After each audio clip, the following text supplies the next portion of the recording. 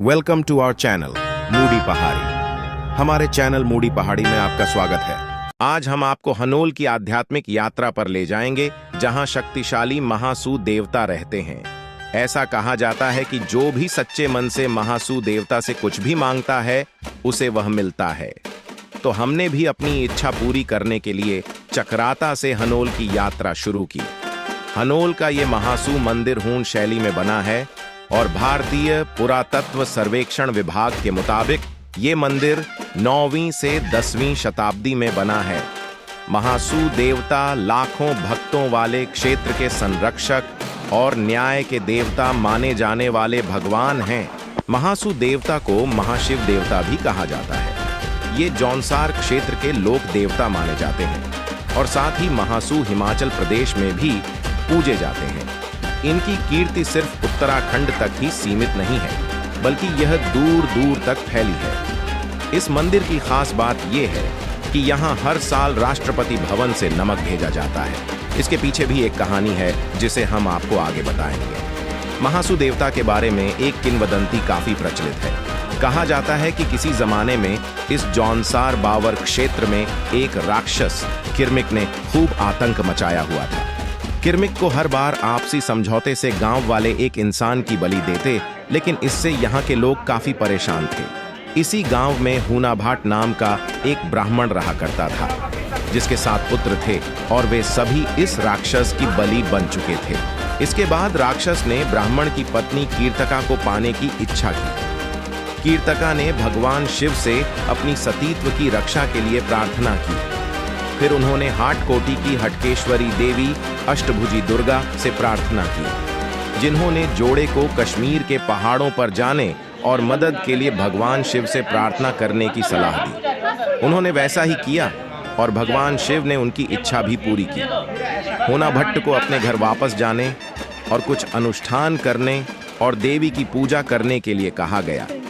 ऐसा करने पर शक्ति चारों ओर आग की लपटों के साथ जमीन से बाहर निकली और हूना भट्ट से कहा कि वह हर रविवार को अपने खेत के एक हिस्से को ठोस चांदी के हल के साथ, शुद्ध सोने के जूते के साथ, बैलों की एक ऐसी जोड़ी जिसे कभी भी जुए में नहीं रखा गया हो के साथ जोते। पहले 7वें रविवार को महासू भाई अपने मंत्रियों और सेना के साथ निकलेंगे और लोगों को राक्षस के चंगुल से छुड़ाएंगे। ऐसी भविष्यवाणी हुई थी।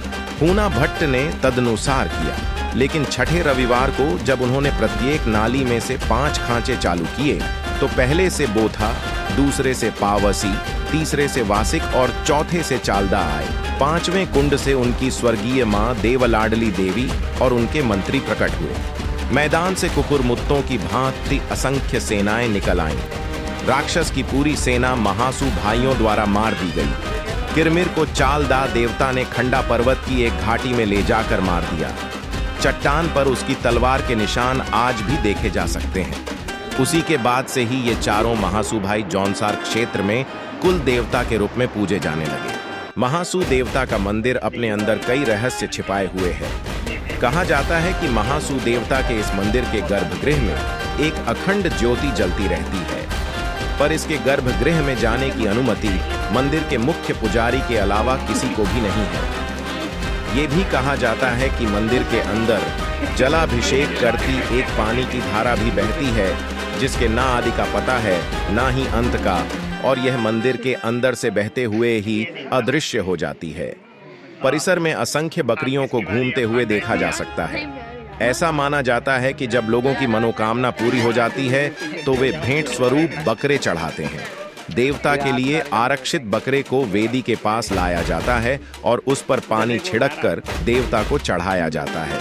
यदि जानवर कांपता है, बिजना, तो यह देवता द्वारा स्वीकृति का संकेत देता है।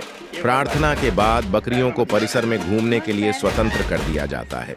मंदिर का सबसे दिलचस्प पहलू लगभग 1 फुट व्यास वाली 2 गोलाकार चट्टानें हैं।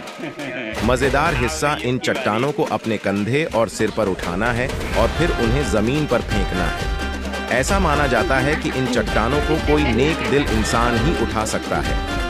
स्थानीय लोगों से यह भी सुना है कि ये भीम के कंचे हैं। यहाँ प्रतिदिन शाम को 1 घंटे तक पूरे जोर शोर से ढोल नगाड़े के साथ पूजा अर्चना की जाती है।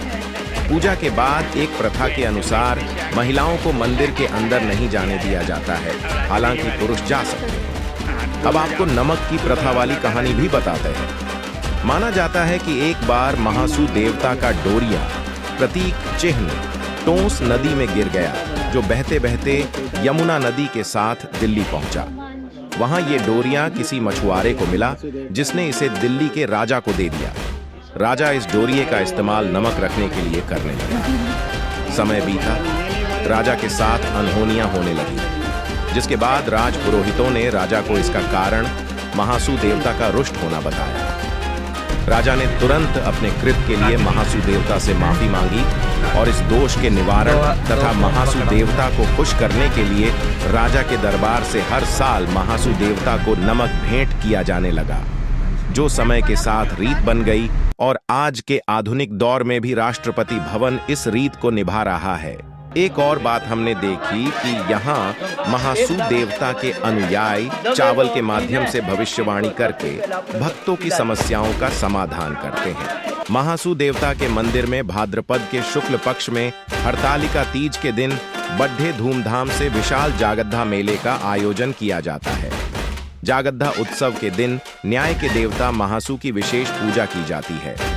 इस दिन श्रद्धालु व्रत रखकर रात भर महासू देवता के न्यायालय में जागरण करते हैं और सुबह होते ही महासू देवता की प्रतिमा को देवडोली में बिठाकर लोकवाद्यों की मधुर ध्वनि के साथ यमुना और भद्री गाडडेच में स्नान के लिए ले जाते हैं। देवडोली को एक बार मंदिर से उठाने के बाद कहीं भी नहीं उतारा जाता। श्रद्धालु बारी बारी कंधे बदलते हुए डोली को मंदिर से ले जाकर स्नान करवाते हैं और वापस मंदिर पहुंचने पर ही देवडोली कंधे से उतारी जाती है। मंदिर में फिर से स्थापित होने के बाद महासू देवता की पूजा की जाती है, जिसके बाद व्रत भी समाप्त कर लिया जाता है। और अंत में हमारा सुझाव है कि यदि आप महासू देवता के दर्शन के लिए जा रहे हैं तो प्रसाद स्वरूप कढ़ाई चढ़ाएं, जिसे आप कढ़ाई के नाम से ही मंदिर परिसर के बाहर से खरीद सकते हैं। हमें यह काफी उपयोगी लगा, क्योंकि इसमें आटा और अन्य चीजें शामिल होती हैं जो भंडारे में उपयोग की जाती हैं। जी हाँ, यहाँ हर रोज रात 8 बजे मंदिर परिसर में भंडारा होता है। आपको एक जगह से थाली और लोटा लेना होगा, फिर फर्श पर बैठना होगा, जहाँ आपको बहुत स्वादिष्ट भोजन परोसा जाएगा और खाना खाने के बाद आपको अपने बर्तन स्वयं धोने होंगे। महासू देवता की जय हो। इसके अलावा हमने मंदिर परिसर के भीतर एक ऐसा क्षेत्र देखा जिसमें झंडे लगे थे और महिला पुरुषों की लकड़ी की कठपुतलियां थीं। इसका उद्देश्य क्या है, यह हम नहीं समझ पाए और न ही कोई स्थानीय लोग हमें बता पाए। अगर आपको हमारा वीडियो पसंद आए तो कृपया सब्सक्राइब करें और शेयर करें। धन्यवाद।